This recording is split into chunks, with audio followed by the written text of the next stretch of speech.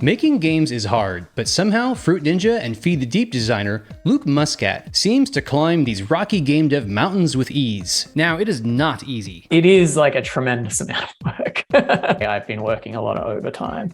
It's all just different brands of madness. But Luke has a treasure trove of tips about how to make games and how to gather players on YouTube. What? Yeah. There's a lot to learn, so let's jump in. So I know a lot of solo developers that are like, you know, they're on like year 3 of their 5-year journey or whatever, right? And you see it all the time. Like sometimes like someone will work on a game for like 3 or 4 years and then they release it and it's just like, nobody cares. It hurts so much, right? So the entire reason that I'm making these games and making the YouTube videos at the same time is I'm searching for the game that I'm going to like spend more time on. Right. So it's all essentially like a very public pre-production, well, not even pre-production, like ideation process. So what the idea is I spend some time making like an advanced prototype. That's what I've been calling them to myself, at least, is advanced prototypes. And getting them into a state where people can play them, because basically I just want to see what resonates with people and what doesn't. And I'm more or less like searching for a game that kind of captures people's attention. And then I can go, oh, okay, now I'm going to invest a lot more time and energy into that game. And the crazy thing is like I could spend 2 years just making stuff that I throw away, right? Before I find something. But I think like, is that actually any crazier than spending like 5 years on a game and hoping like anyone cares? You know, like it's all just different brands of madness. Mobile companies, they'll put out like ads before they even make the game. Oh yeah. So they'll put it out like, you know, here's a bunch of like ad creative and like, oh wow, everyone's clicking on this thing where it's about a cat trying to escape a house or whatever. And they're like, oh cool, that's what we should be making. I'm kind of doing the same thing, except with like these really quite complete prototypes. And then that kind of goes with like, the reason I'm doing it on YouTube is I want people to like find out about these prototypes and play them. But also each one that fails, in this context, like failure meaning like it doesn't get worked on beyond the prototype, contributes towards me growing an audience. Because I really want to like have an audience that I can connect with and that can, you know, and that connects with me and with my work. And so that's kind of like what the rationale has been behind like, yeah, doing YouTube, doing these games, making them like 1 video per game.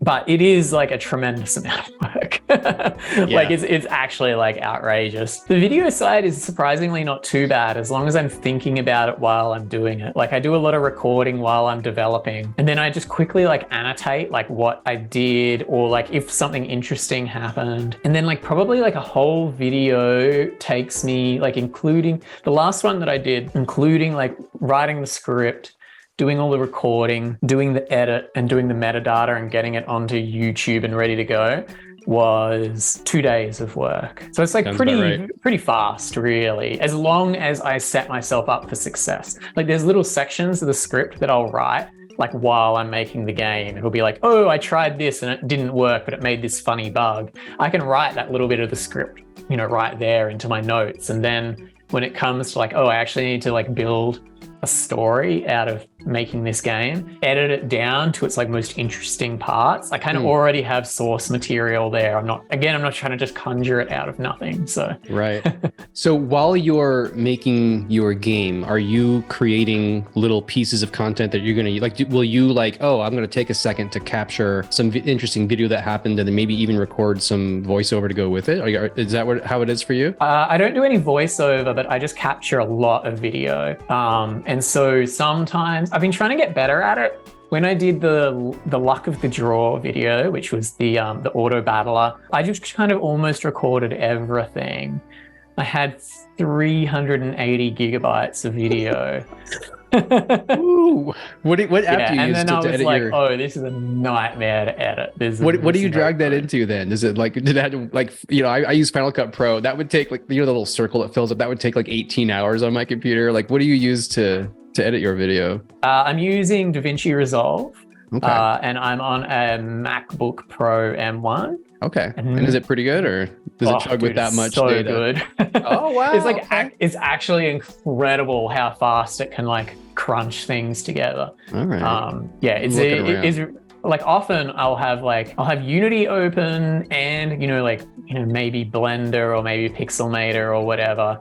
And I'll be recording at 4K all at once, and it just doesn't miss a beat. Like it's such like a beast of and yeah, I'm just on a laptop. It's just an absolute beast of a laptop. I really like kind of time lapses or hyperlapses. I don't know why. They look so impressive. I think that's one of the things, like you look so legitimate. There's no like, hey, what's this shady character doing when we don't see and all of a sudden the game appears. Like we get to see. That's one of the reasons you look so legitimate. You don't see the parts where I am stuck or I'm like looking on Stack Overflow or asking ChatGPT or even texting a friend or something, like where I'm stuck. Lifeline. Because it looks so impressive because you take like 3 hours of work and you compress it down to like 10 seconds and it's just like it looks like a hacking scene from an action movie or something. Oh yeah, you're in Hackers. If I was playing that back at real time speed, you would see like the little cursor in Visual Studio just blinking as my brain is like, okay, how do I write a switch statement again? I don't remember the syntax for this. So it makes it look much more impressive than it is. And like my intention isn't to make it look impressive. My intention is it to be entertaining. And so like I try, and like bugs are great, like bugs are entertaining and everything. Yeah, they're great. I can only really have so many, and then I had no idea what to do jokes before it's like not entertaining anymore. Just through the process, it probably makes it look like I'm more capable than I am. Love it. Well, maybe that speaks to your strength as an editor because it looks like magic. Next, we're talking about deadlines, which is something I have a hard time with. But Luke's next advice is so motivating that it recently inspired me to make a whole devlog video for a concept called Pixel Washer. Luke also has a great story about deadlines. You got to hear it. I'm really big on deadlines. Like I love having deadlines. When we started pretty great, after we did the prototyping for our first game, Landsliders, we flew down to Sydney, met with Apple and said, this is the launch date of our game. And then we hit that date exactly. What? Yeah. Because, but the thing is like the way that we do it is always be in like a rough, like at least like a playable and fun state. And we will just intuitively keep working on it to make it better and better. And the release date is in 2 weeks. So I guess we're done. I really like having deadlines and I set myself time limits on these prototypes as well. I'm like, okay, at essentially like 100 hours worth of programming and at the computer time, that's kind of like the cutoff. And I just like feel my way through it up until that point. And then I get to the 100 hours and I'm like, okay, I guess I'm done. That plays really nicely with some of my favorite game dev advice, which I put in my book. I got to mention it, How to Make a Video Game All by Yourself, out now for $14.99. John Romero, one of my favorite game devs ever, co-creator of Doom and whatnot, said, always maintain constantly shippable code. This is how we made so many games so quickly.